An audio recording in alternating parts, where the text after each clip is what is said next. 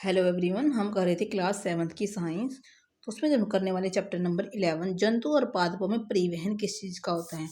परिवहन का मतलब होता है क्या होता है परिवहन मतलब एक स्थान से दूसरे स्थान पर जाना, किसका, भोजन का, पानी का, जल का, सांस का। ठीक है, तो एक स्थान से दूसरे स्थान तक सब कुछ कैसे पहुंचता है जंतु और पौधों में। ठीक है जी। तो जीवों को जीवित रहने के लिए किसकी आवश्यकता होगी, भोजन की, जल की, ऑक्सीजन की आवश्यकता होती है। लेकिन इन सभी पदार्थों को शरीर के विभिन्न अंगों तक पहुंचाना भी अनिवार्य होता है। साथ ही जो उन अंगों में उत्पन्न जो अपशिष्ट पदार्थ हुए हैं उनका परिवहन उस स्थान तक करना भी आवश्यकता होता है जहाँ की उन्हें बाहर निकाला जा सके। ठीक है, तो हम देखते हैं जहाँ पे जो हृदय और रक्त है, जो वाहिनियां हैं, संयुक्त रूप से हमारे शरीर का क्या बनाती है, परिसंचरण तंत्र बनाती है। कौन बनाएगा, हृदय, रक्त वाहिनियां होती हैं, वो कुल मिला के हमारे शरीर का क्या बना रही है, परिसंचरण तंत्र बना रही है। ठीक है, तो अब हम ये अध्ययन करने वाले हैं पादप और जंतुओं के बारे में, किस प्रकार से इनमें परिवहन होता है।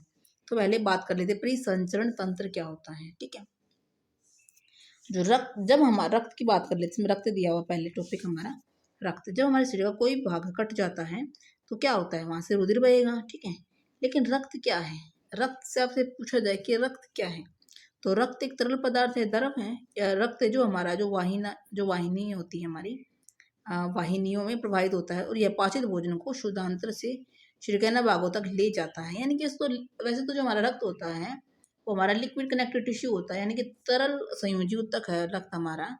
और दूसरा जो रक्त है हमारा, मतलब कि वो है क्या है, एक परिसंचरण तंत्र का एक महत्वपूर्ण हिस्सा, पार्ट है, भाग है। यानी कि रक्त ही है जो शरीर में हर चीज का आदान प्रदान एक एक अंग से दूसरे अंग तक करता है। ठीक है, यही रक्त रक्त का काम है। अब देखते हैं जो रक्त क्या कर रहा है, पाचित भोजन को शुद्धांतरण की छोटी आंत से शरीर के अन्य भागों तक ले जाता है। कौन है, वो रक्त ही है। और फेफड़ों से ऑक्सीजन को भी रक्त शरीर के अन्य कोशिकाओं तक ले जाता है। यानी कि फेफड़ों से जो ऑक्सीजन आई थी हमारे शरीर में, उसको उसको पहुंचाना भी हमारा रक्त का ही कार्य है। रक्त शरीर में से अपशिष्ट पदार्थों को बाहर निकालने के लिए उनका परिवहन भी करता है। तो रक्त ही है जो जितनी भी कोशिकाएं थी वहां से जितना भी अपशिष्ट निकलता है उनको एक जगह इकट्ठा करना और वहां से इसको शरीर से बाहर निकालना, तो ये भी रक्त का कार्य ही है। रक्त विभिन्न पदार्थों को किस प्रकार ले जाता है, रक्त एक तरल से बना है, जिसे क्या कहते हैं, प्लाज्मा। रक्त किससे बना, एक तरल से बना, जिसे हम क्या कहेंगे, जिसे हम कहेंगे प्लाज्मा, जिसमें विभिन्न प्रकार की कोशिकाएं निलंबित होती हैं। तो इसमें विभिन्न प्रकार की कोशिकाएं होंगी। तो ठीक है, रक्त में एक ही प्रकार की कोशिकाएं होती हैं। देखो, रक्त में एक प्रकार की कोशिकाएं कौन कौन सी होती है, तो होती है हमारी आरबीसी, यानी कि रेड ब्लड सेल, यानी कि लाल रक्त कोशिका होती है, जिसमें एक लाल वर्णक होता है जिसे हम क्या कहेंगे, हीमोग्लोबिन। तो लाल वर्णक को कहेंगे हीमोग्लोबिन। और हीमोग्लोबिन ऑक्सीजन को अपने साथ संयुक्त करके शरीर के सभी अंगों और अंततः सभी कोशिकाओं तक परिवहन करता है। ठीक है, तो हीमोग्लोबिन किसको ले जा रहा है, साथ में ऑक्सीजन को ले जा रहा है अपने साथ शरीर के प्रत्येक अंग में। हीमोग्लोबिन की कमी होने से शरीर की सभी कोशिकाओं को कुशलतापूर्वक ऑक्सीजन प्रदान करना कठिन हो जाता है। अगर हमारे शरीर में हीमोग्लोबिन की कमी हो गई तो यानी ये सोच लीजिएगा कि अगर हीमोग्लोबिन कम है तो हमारे शरीर में ऑक्सीजन की आपूर्ति भी कम हो जाएगी। ठीक है, हीमोग्लोबिन की उपस्थिति के कारण ही रक्त का रंग लाल होता है। आपसे पूछे कि रक्त का रंग लाल क्यों होता है, क्योंकि जो हमारे शरीर में एक पिगमेंटेशन होता है, यानी कि वर्णक होता है जो रंग देता है, जिसे हम कहते हैं हीमोग्लोबिन, और उसके कारण ही हमारे शरीर का जो हमारे जो रक्त का जो रंग है वो लाल होता है। जो रक्त में अनेक अन्य प्रकार की कोशिकाएं होती हैं, अन्य प्रकार की कोशिकाएं होती है रक्त में, इसे कहते हैं WBC, यानी कि व्हाइट ब्लड सेल, यानी कि श्वेत रक्त कोशिकाएं। अब क्या है, ये हमारे शरीर की होती है, रक्षक होती है। ठीक है, हमारे हमारे शरीर के सैनिक बोल सकते हो आप इसे। यानी कि ये उन रोगाणुओं को नष्ट करेगी जो हमारे शरीर में प्रवेश करते हैं। अब कोई भी हमारे शरीर में प्रवेश करेगा तो सबसे पहले जो WBC उनको नष्ट करेंगी। ठीक है, तो हमारे शरीर के लिए सैनिक का कार्य करती है।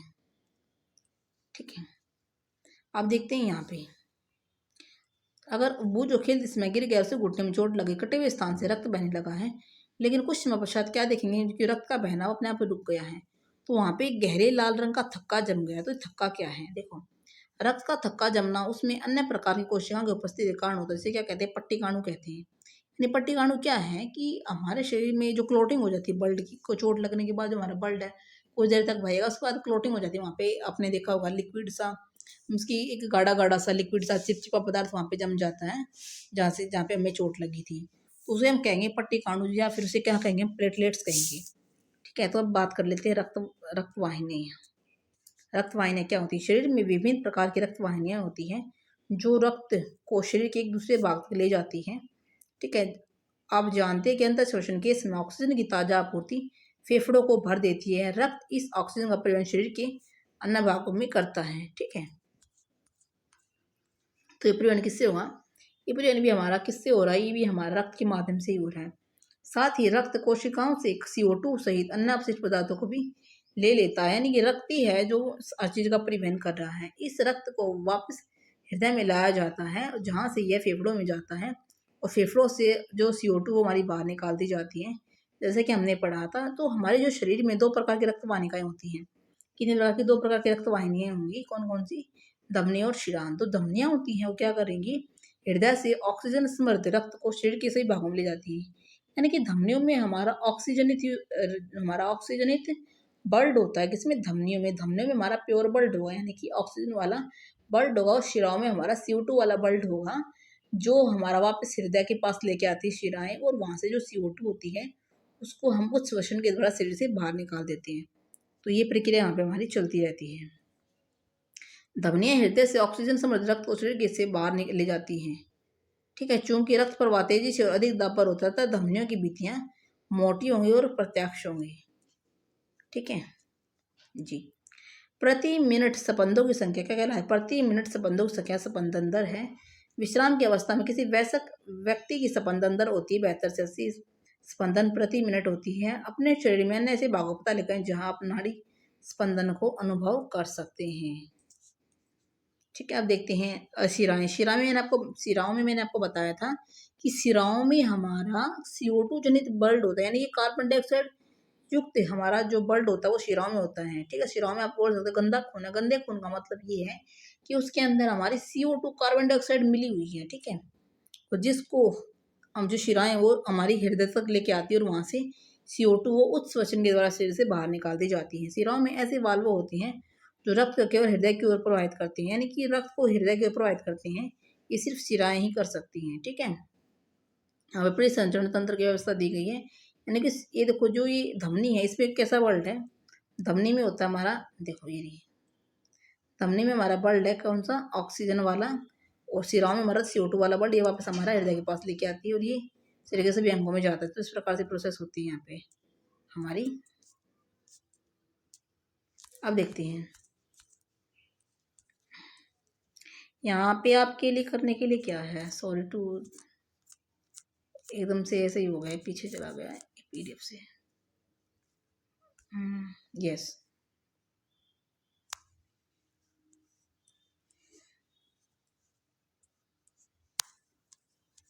ज़्यादा ही बड़ा हो गया आपकी बार। ठीक है, बात करें हृदय की। हृदय वह अंग है जो रक्त द्वारा पदार्थ के परिवहन के लिए पंप के रूप में कार्य करता है, यानी कि हृदय का काम क्या? खून को पंप कर रहा है, यह निरंतर धड़कता रहता है। ठीक है, अब रक्तदान की बात करते हैं। रक्त की अनुपलब्धता के कारण सैकड़ों लोग अपनी जान गंवा देते हैं। स्वेच्छा से किया गया रक्तदान हानि रहित व दर्द रहित होता है, जो कई अनमोल जानें बचा सकता है। रक्तदान अस्पतालों में सरकार द्वारा अधिकृत जगहों पर भी ही किया जाना चाहिए। दान किया गया रक्त ब्लड बैंकों में विशेष देखभाल से रखा जाता है। अब यहाँ पे देखते हैं, एक ऐसे पंप की कल्पना कीजिए जो वर्षों तक बिना रुके कार्य करता है। बिल्कुल असंभव प्रतीत होता है, लेकिन जो फिर भी जो हमारा हृदय होता है वो जीवन पर्यंत तक बिना रुके पंप रक्त को पंप करने का कार्य करता है। ठीक है, अब बात करते हैं हृदय हमारा कहाँ होता है। जो हृदय होता है वो वक्ष गुहा में स्थित होता है, जिसका निचला सिरा थोड़ी बाईं ओर झुका होता है। अपनी अंगुलियों को भीतर की ओर मोड़कर मुट्ठी बना लीजिए, यानी कि जो हमारे हृदय का जो अमाप है वो सेम हमारी मुट्ठी के आकार का होता है, यानी कि इस आकार का हमारा हृदय होता है। अब हम जानिए कि हृदय में इस कार्बन डाइऑक्साइड और ऑक्सीजन से समृद्ध युक्त है। अगर रक्त आपस में मिल जाए तो क्या होगा? ऐसी स्थिति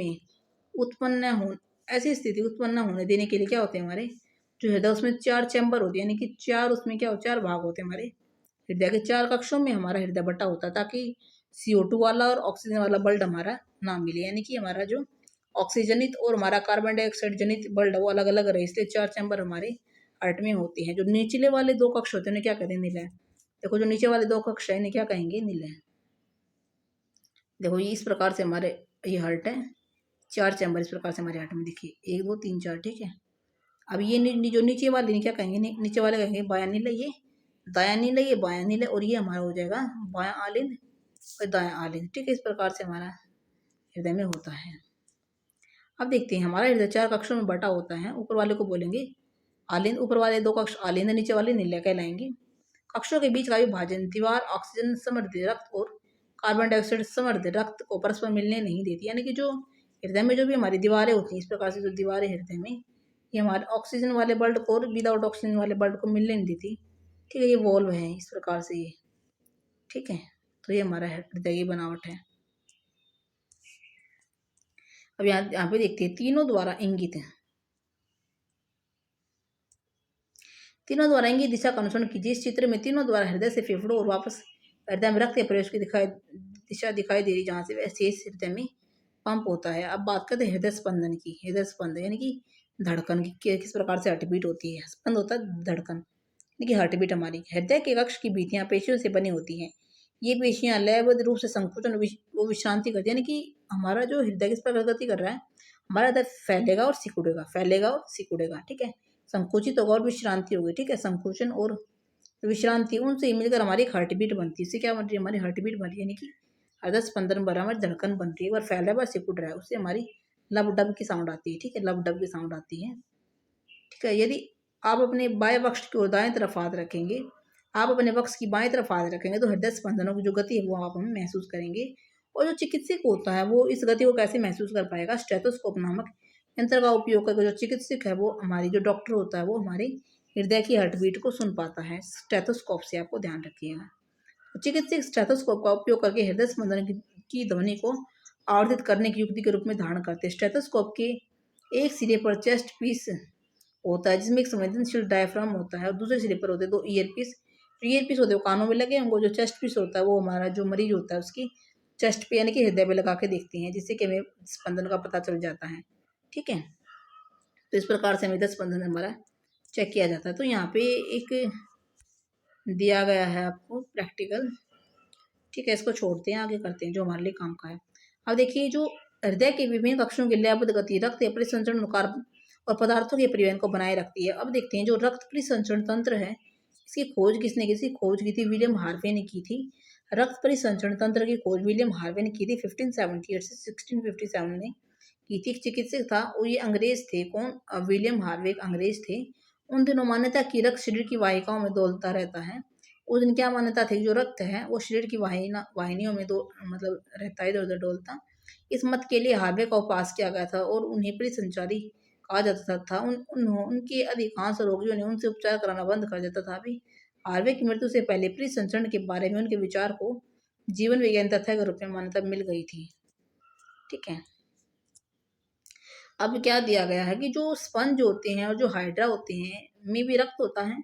स्पंजों और हाइड्रा जैसे जंतुओं में कोई परिसंचरण तंत्र पाया जाता है? नहीं पाया जाता। जिस जल में वे रहते हैं वहीं उनके शरीर में प्रवेश करके उनके भोजन और ऑक्सीजन की आपूर्ति कर देते हैं। जब जल बाहर निकलता तो वह अपने साथ कार्बन डाइऑक्साइड और अपशिष्ट पदार्थों को भी ले जाता है। अतः उन्हें परिसंचरण हेतु रक्त के समान तरल की आवश्यकता नहीं होती है। आइए अब हम शरीर द्वारा कार्बन डाइऑक्साइड के अतिरिक्त अन्य अपशिष्ट पदार्थों की निकासी के विषय में अध्ययन करेंगे। यानी कि अब देखते हैं कि उत्सर्जन किस प्रकार से होता है जंतुओं में। तो हमारे शरीर में जो अपशिष्ट पदार्थ के रूप में जो उत्पन्न क्या होता है, अपशिष्ट पदार्थ के रूप में हमारी CO2 है। जो CO2 है वो भी हमारे शरीर में क्या एक अपशिष्ट पदार्थ है। ठीक है, तो फेफड़ा किस प्रकार उच्छ्वसन के प्रक्रम के द्वारा शरीर से बाहर निकालते हैं, देखते हैं।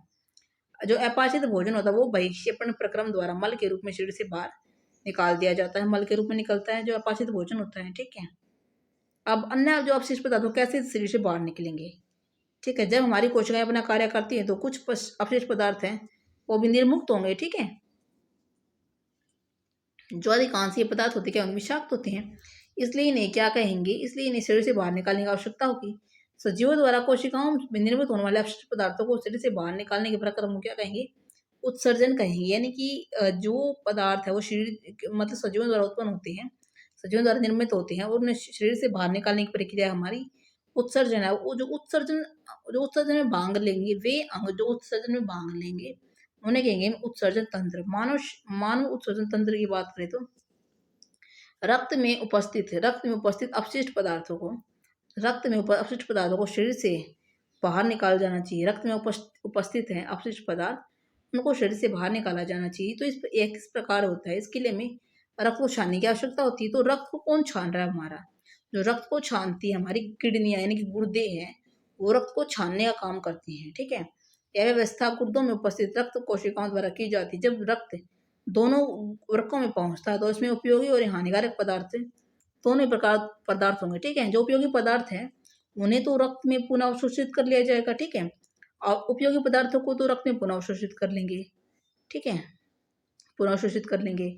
जल में घुले हुए अपशिष्ट पदार्थ मूत्र के रूप में पृथक कर लिए जाते हैं, यानी कि जो अनावश्यक पदार्थ उनको मूत्र में प्रवाहित कर दिया जाता है। और वृक्कों से मूत्र वाहिनियों से होता हुआ जो मूत्र है मूत्राशय में चला जाता है, यानी कि वृक्कों से मूत्र वाहिनियां जुड़ी होती है और वहां से जो मूत्र है मूत्राशय में चला जाएगा। और मूत्र वाहिनियां नली के आकार की होती है। मूत्राशय में मूत्र संचित होता है। मूत्राशय से एक पेशीय नली जुड़ी होती है, इसे क्या कहेंगे? मूत्र मार्ग कहते हैं। और मूत्र मार्ग का दूसरा सिरा खुला होता है, इसे क्या कहेंगे? इसे कहेंगे मूत्र रंध्र। और शरीर जिसमें जो शरीर है वो जिसमें मूत्र हमारा शरीर से बाहर निकाल दिया जाता है। तो अब देखते हैं जो हमारा इसमें उत्सर्जन तंत्र में क्या आएगा? वृक्क आएंगे, मूत्रवाहिनियां, मूत्राशय और मूत्रमार्ग, चार आएंगे। वृक्क, मूत्रवाहिनियां, मूत्राशय और मूत्रमार्ग।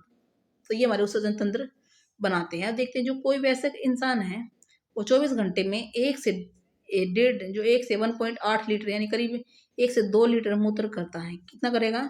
1 से 1.8 लीटर मूत्र करता है। और मूत्र में देखते हैं अब हमारी ये ध्यान रखने की चीज है, आपको ध्यान रखना है कि 95% तो जल होता है, 95% पानी है और 2.5% यूरिया है और 2.5% अन्य है। यानी 2.5% यूरिया और 2.5% अन्य चीजें अब अन्य अपशिष्ट है। ठीक है, अब गर्मियों में हमें पसीना क्यों आता है? स्वेद यानी कि पसीने में जल होता है और लवण होते हैं। ठीक है, ये कई बार आपने देखा होगा कि पसीने आने के बाद हमारे शरीर पर सफेद धब्बे पड़ जाते हैं, पड़ते हैं। यानी कि जो धब्बे हैं वे क्या है? वे लवणों के कारण ही बनते हैं। क्या पसीना आने का कोई विशेष प्रयोजन होता है? क्या हम जानते हैं मिट्टी से बने घड़ों में पानी ठंडा क्यों होता है?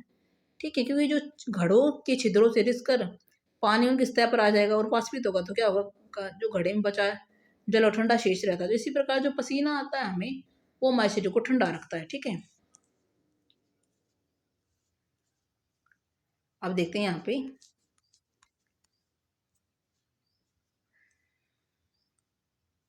कभी कभी किसी व्यक्ति के वृक्क काम करना बंद कर देते तो ऐसा किसी संक्रमण अथवा चोट के कारण हो सकता है। और वृक्कों के अक्रिय हो जाने पर रक्त में अपशिष्ट पदार्थों की मात्रा बढ़ जाती है। ठीक है, तो ऐसी स्थिति में क्या करेंगे? व्यक्ति अधिक दिन तक जीवित नहीं रह पाएगा। ठीक है, तो वहां पे कृत्रिम वृक्क का प्रयोग किया जाता है। कृत्रिम वृक्क को मतलब रक्त द्वारा रक्त को छाना जाएगा और उसमें से अपशिष्ट पदार्थों को हटाया जाएगा। ठीक है, ऐसा किया जाएगा तो उसका जीवन काल में वृद्धि संभव है। इस प्रकार रक्त के जो छानने की विधि उसे क्या कहेंगे? डायलाइसिस कहेंगे, या फिर जो हिंदी में बोलते हैं उसको अपोहन कहते हैं। ठीक है, जंतुओं के शरीर से अपशिष्ट रसायनों के निष्कासन की विधि जल की उपलब्धता पर निर्भर करती है। मछली जैसे जलीय जंतु कोशिका के अपशिष्ट उत्पादों को अमोनिया के रूप में उत्सर्जित करते हैं। यानी कि जो मछली है या फिर कोई जलीय जंतु हो जो कोशिका के अपशिष्ट पदार्थ है उनको किस रूप में उत्सर्जित करेंगे? अमोनिया के रूप में, यानी कि अमोनिया के रूप में उत्सर्जन करते हैं जो सीधे जल में घुल जाते हैं। पक्षी है, छिपकली है, सर्प है, जो कुछ जंतु है वो अपने शरीर से जो अपशिष्ट पदार्थों का उत्सर्जन अर्धघन यानी कि सेमी सॉलिड पदार्थ के रूप में करते हैं जो कि मुख्यतः श्वेत रंग का यौगिक होता है। यानी कि इसे जो क्या होता है वो यूरिक अम्ल होता है।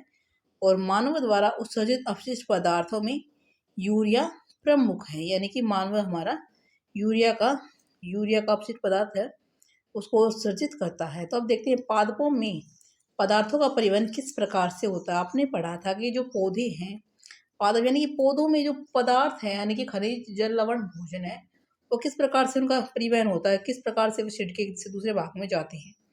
ठीक है, जो हमने पढ़ा था पाठ 1 में कि जो जड़ होती हैं जड़ों द्वारा जो मृदा से जल और जो खनिज है पोषकों का अवशोषण कर लिया जाता है, फिर इन्हें पत्तियों में उपलब्ध कराया जाता है। पत्तियां होती वो जल और CO2 का उपयोग करके प्रकाश संश्लेषण के प्रक्रम द्वारा पौधों के लिए भोजन बनाती हैं। ठीक है, हमने अध्याय 10 में भी पढ़ा है कि सभी जीवों का भोजन उनके लिए ऊर्जा का स्रोत है। या जीव की प्रत्येक कोशिका में ग्लूकोज का विखंडन होने से ही हमें ऊर्जा मिलेगी। जब तक ग्लूकोज का विखंडन नहीं होगा तब तक हमें ऊर्जा नहीं मिलेगी। आपको ध्यान रखना है। कोशिकाएं इस ऊर्जा का उपयोग जीवन की मूल क्रियाविधियों द्वारा संपादित करने में करती है। आवश्यक है कि जीव की प्रत्येक कोशिका को भोजन उपलब्ध कराया जाए। ठीक है, क्या आपने कभी सोचा है कि पौधों की जड़ द्वारा अवशोषित जल और पोषक तत्व पत्तियों तक किस प्रकार पहुंचाए जाते हैं। पौधे के वे भाग जो भोजन नहीं बना सकते, पत्तियों द्वारा निर्मित भोजन को किस प्रकार से परिवहन किस प्रकार से प्राप्त करते, कैसे भोजन वहां तक पहुंचता है। ठीक है, देखिए जल और खनिजों का परिवहन किस प्रकार से होता है।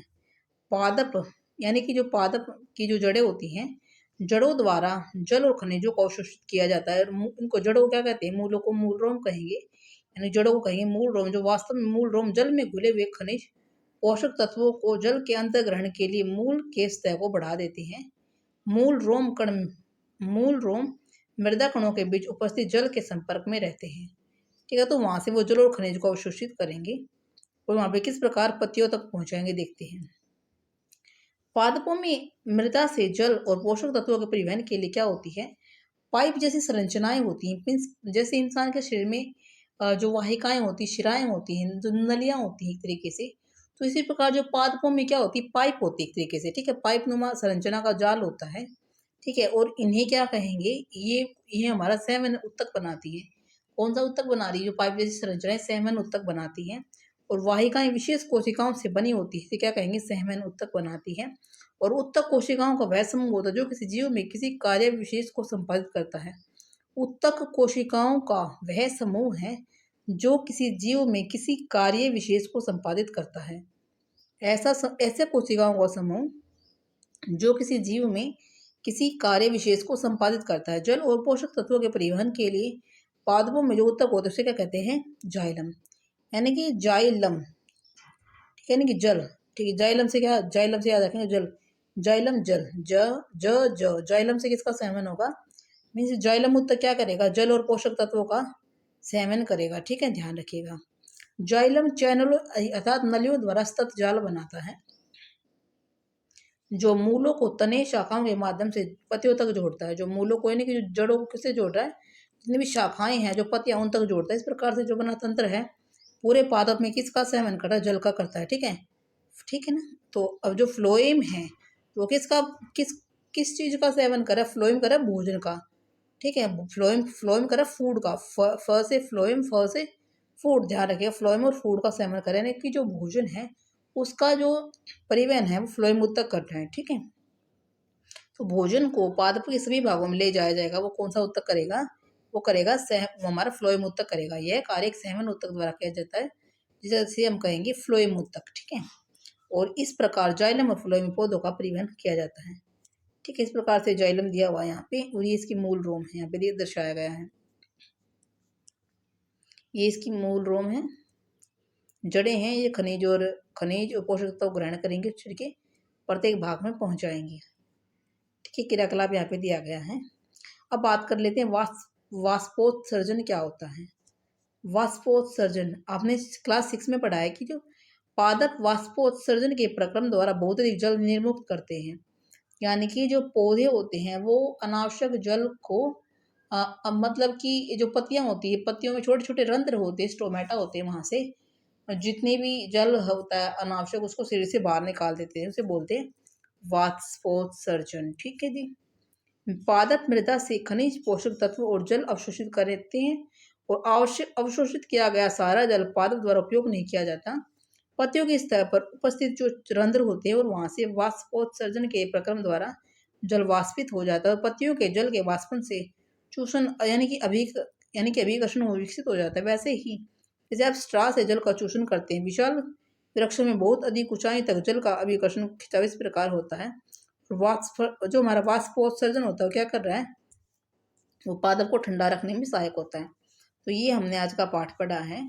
तो हमने यहाँ से क्या सीखा है, अधिकांश जंतुओं में शरीर में प्रवाहित होने वाला रक्त शरीर की विभिन्न कोशिकाओं अधिकांश जंतुओं में शरीर में प्रवाहित होने वाला जो रक्त है, रक्त शरीर की प्रत्येक कोशिकाओं को भोजन और ऑक्सीजन का वितरण करता है। यानी कि रक्त क्या कर रहा है, भोजन और ऑक्सीजन को शरीर के प्रत्येक भाग में वितरण कर रहा है, और यह शरीर के विभिन्न भागों से उत्सर्जन के लिए अपशिष्ट पदार्थों को भी लाता है। परिसंचरण तंत्र क्या कर रहा है, परिसंचरण तंत्र में हृदय और रक्त वाहिनियां होती है। मानव शरीर में रक्त धमनियां और शिराओं में प्रवाहित होता है। कि मानव शरीर में जो रक्त है वो धमनियों और शिराओं में प्रवाहित होता है और हृदय पंप की तरह कार्य करता है। रक्त में प्लाज्मा होता है, लाल रक्त कोशिकाएं, श्वेत रक्त कोशिकाएं और पट्टिकाणु होते हैं। रक्त का लाल रंग होता है और लाल वर्णक हीमोग्लोबिन की उपस्थिति के कारण होता है। तो लाल वर्णक के जो हीमोग्लोबिन के कारण ही हमारे खून का रंग लाल होता है। किसी व्यक्ति कि जो किसी कोई वयस्क व्यक्ति उसका जो हृदय है वो 1 मिनट में 70 से 80 बार धड़कता है, इसे क्या कहेंगे?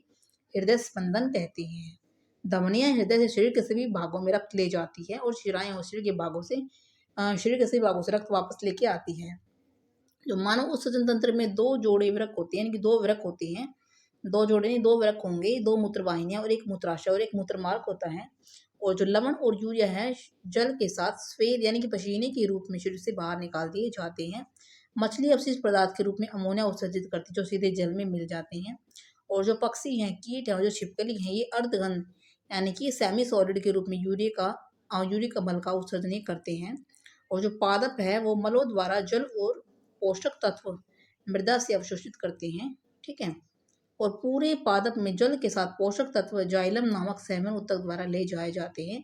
आपको ध्यान रखना, जाइलम ज से जल, जैसे जाइलम, तो जल और पोषक तत्व जाइलम करेगा और फ्लोएम क्या करेगा? फ्लोएम फूड को करेगा, शरीर के सभी भागों में पहुंचाएगा। वाष्पोत्सर्जन के द्वारा रंध्रों से वाष्प के रूप में बड़ी मात्रा में जल का ह्रास होता है और उससे पत्तियां ठंडी रहती है। वाष्पोत्सर्जन के कारण एक चूषण बल निर्मित होता है जिसके कारण मूलों द्वारा मृदा में अवशोषित जल अभिकर्षित होकर तने और पत्तियों तक पहुंचता है। तो ये था हमारा आज का टॉपिक।